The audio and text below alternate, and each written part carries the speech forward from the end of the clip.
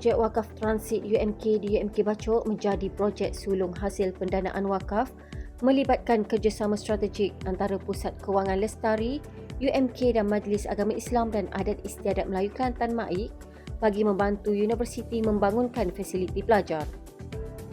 Tercetusnya idea pembinaan wakaf transit UMK adalah untuk memberi kemudahan menunggu bas kepada pelajar yang menggunakan bas kitaran UMK untuk ke kuliah dengan lebih selesa.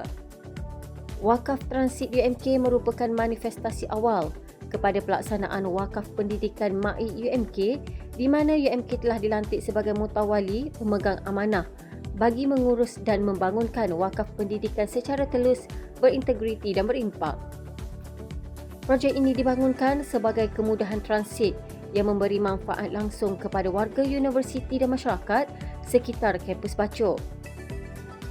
UMK komited untuk terus memperkukuh ekosistem wakaf universiti melalui penglibatan aktif warga kampus dan kerjasama berterusan bersama MAIK dengan aspirasi menjadikan wakaf sebagai instrumen utama pembangunan pendidikan dan kebajikan ummah. Transit ni. Jadi wakaf transit ni dia merupakan satu projek pertama wakaf pendidikan UMK MAIK UMK yang mana MAIK ni dia nak suruh kita fokus kepada pendidikan. Dan dia tidak terhenti kepada pendidikan dalam darjah sahaja, tapi pendidikan itu adalah pendidikan yang berbentuk membantu mereka memudahkan untuk belajar.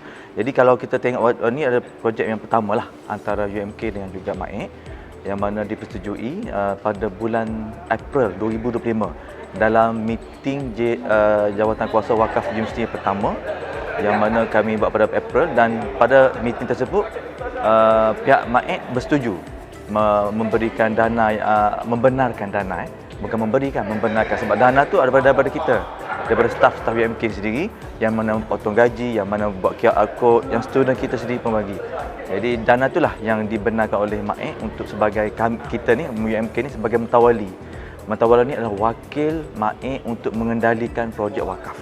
Itu dipanggil mutawali. Jadi dia benarkan dengan syarat-syarat yang ketat, yang mana syaratnya bila projek wakaf dibuat tak boleh alih. Itu wakaf. Jadi wakaf ni benda yang kekal di situ. Jadi kita tukar, dia panggil daripada wakaf tunai, daripada derma tunai itu kepada wakaf yang lebih kekal, iaitu berbentuk fizikal lah. Itu yang dipanggil wakaf transit. Jadi Assalamualaikum, salam UMK for you, satu hati satu jiwa. Berita gembira untuk seluruh mahasiswa UMK Bachok. Wakaf transit UMK telah pun dirasmikan oleh MAIK dengan inisiatif ataupun hasil tabung pendidikan wakaf UMK MAIK. Wakaf transit UMK ini merupakan satu inisiatif yang memberikan kebajikan dan juga kesihatan seluruh mahasiswa.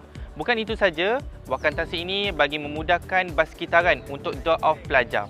Oleh itu, semua mahasiswa UMK Bachok jangan lupa manfaatkannya. Bye-bye.